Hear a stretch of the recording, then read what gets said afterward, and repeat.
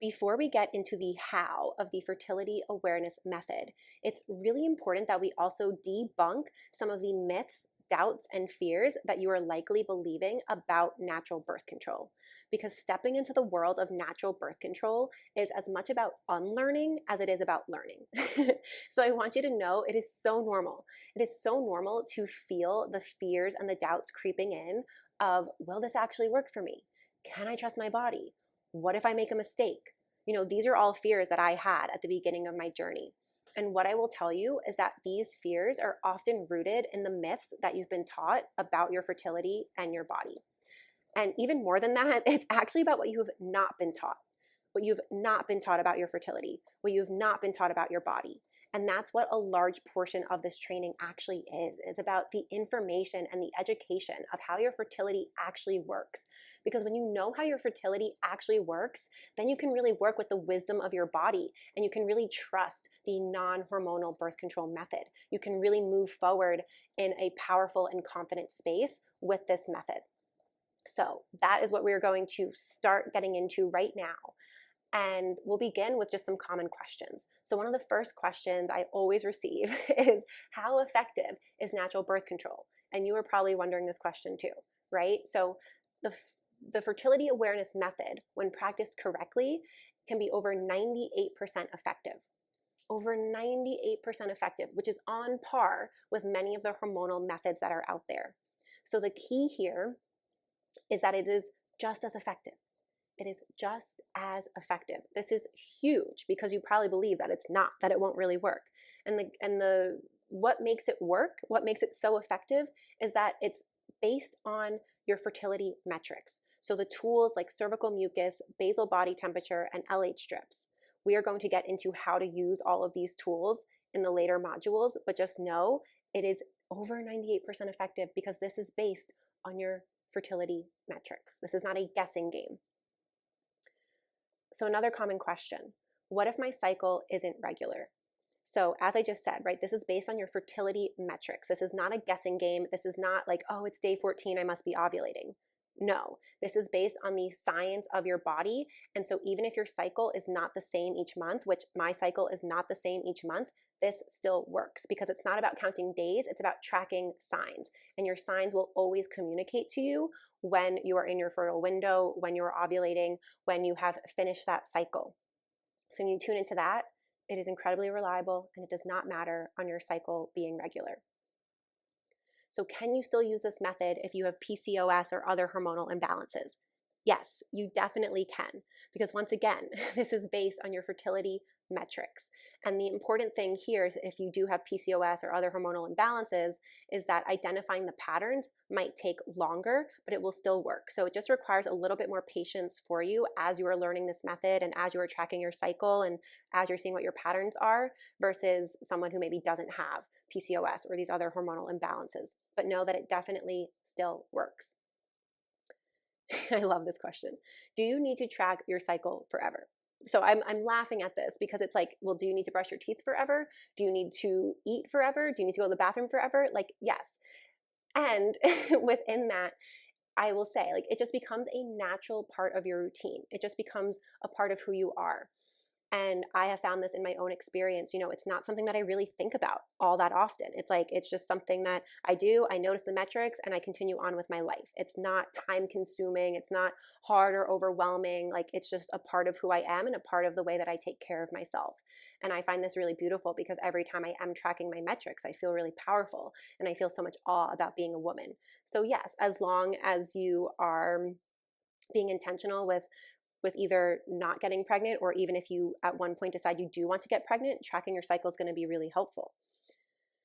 And so another common question is it hard to learn? And so no, I'm going to say it's not hard to learn because I am here with you in this training and I am going to be sharing the simplest, easiest way to learn this method. That being said, just like learning any new skill, it takes time and practice. So if you were learning a new language or if you're doing a new workout at the gym, there is a learning curve. And once you learn it, it just becomes a part of who you are. And as I said, I am sharing with you the simplest ways to get this information so you can apply it to your life and have the most fun while doing it. Okay, So how you feeling? Take a breath. I know this is a lot so far already. And now we're going to continue into more of the myth busting of some common misconceptions.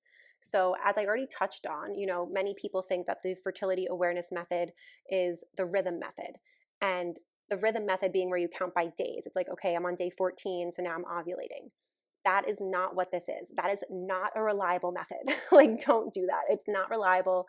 Even if your cycle is pretty consistent, there are times where it can change. There's times where your fertility can change.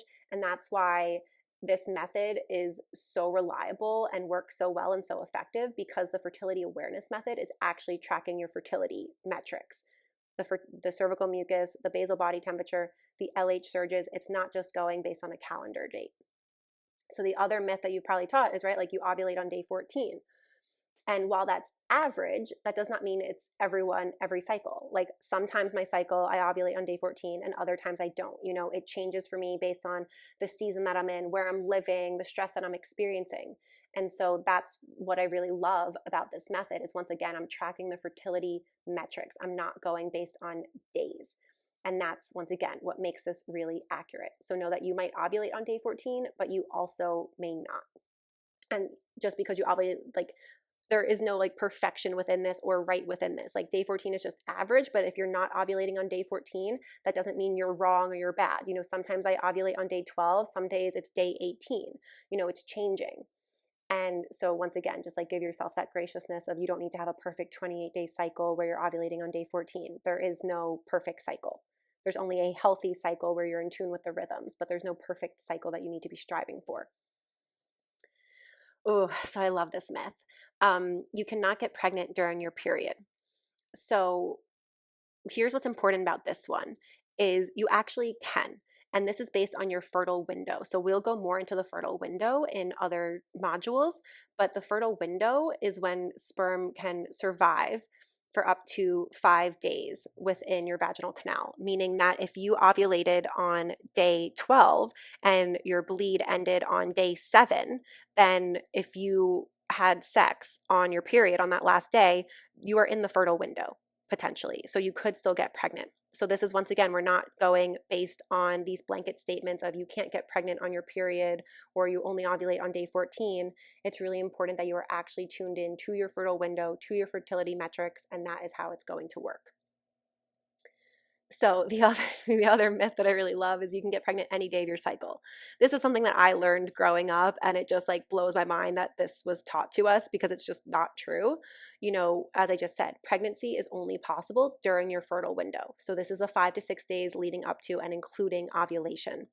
So once you have completed ovulation and you're in that luteal phase of your cycle, you cannot get pregnant unless you were to ovulate again. And, I think there are small chances where that can happen. However, if you're tracking your fertility metrics, you would know that you were ovulating again. So you were still safe as long as you were tracking and tuned in with your body. So the other myth around this as well is, right, you can only get pregnant on ovulation day. So I'm going to say it again because we need to drill this in until you really know this to be true, is that pregnancy is possible during the fertile window. So not just on ovulation day. It is the 5 to 6 days leading up to and including ovulation.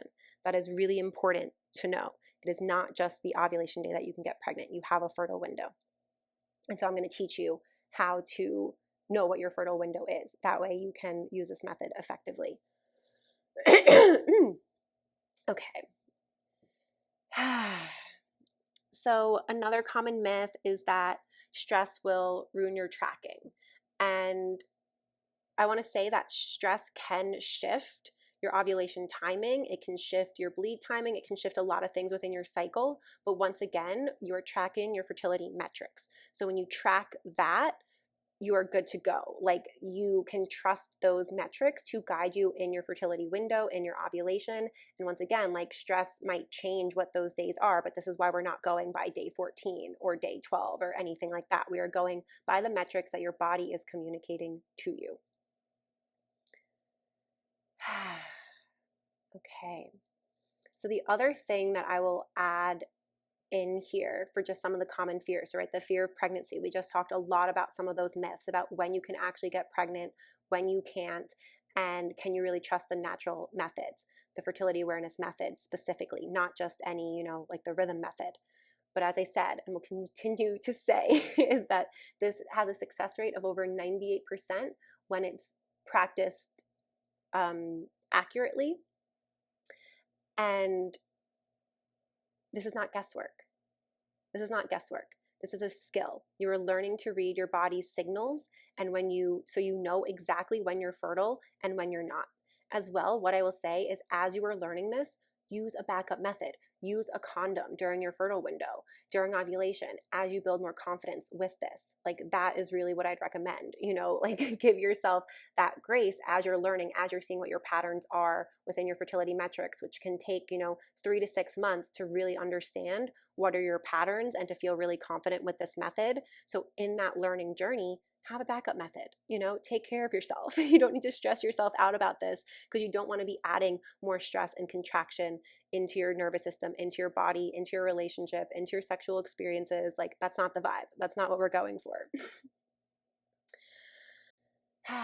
So another common fear that I hear from women when they're starting this journey is there's a lot of fear that they will have terrible symptoms come back when they come off of birth control. So symptoms like acne or crazy emotions or painful periods, all those things that birth control really help them to no longer experience, they don't want those to come back. So I have a few thoughts on this. The first is that I'm going to be sharing a module with you that will support you in preparing your body to come off of hormonal birth control if you haven't already. So there are some things you can do to make that transition easier. And the bigger thing here is that any of these symptoms returning is really an opportunity, because essentially you are using birth control as a band-aid for other health problems. And now you can really see what those health problems you have had, you can see what they are, and you can get to the root cause of it. You can really get to the root cause of healing whatever was imbalanced within your body, because now it's returning to a new homeostasis. So this is actually a really big gift, that you get to work with your body in a new way and really heal at the root, rather than masking those symptoms with the band-aid of hormonal birth control. And so the final piece here as well is that this is long-term thinking. This is, you might have gotten used to ignoring your natural cycles and the emotional numbness and just feeling disconnected. And now you are choosing long-term health and vitality. You are choosing to listen to your body. And so while it might feel foreign or scary, you have the tools, you have the support. That's what we're doing here together. And so I will say, healing can take time with your body, just like learning this method and seeing the patterns of your fertility metrics. Healing hormonal imbalances or, other things that you've been experiencing within your body can take, 3 to 6 months at times to adjust after stopping birth control. So really, so much patience is required here. But once again, keep tuning in to that long-term thinking, keep embracing the wins and the celebrations and what's opening up for you, because that's going to support you in the times where it does get more challenging. So the final thing I will leave you with is that this is not just about avoiding pregnancy or improving your health. This is really about reclaiming trust in yourself, your body, your intuition, the wisdom of your body, and you are more than capable of learning, adapting, and thriving with natural birth control. And you are not alone on this path. We are doing this together, and we are going to make this fun, simple, clear, and you are going to create a whole new relationship with your body based in wisdom, power, love, and trust. And so as any of these doubts or fears come up along this journey, come back to this transmission, see which lie you're believing, and also just breathe with it. You're allowed to have fear. You're allowed to feel unsafe as you're trying something new, but just connect with your nervous system, connect with your womb, connect with your heart, breathe into that, allow the sensation to pass through. Remember your why, and you will be great through this.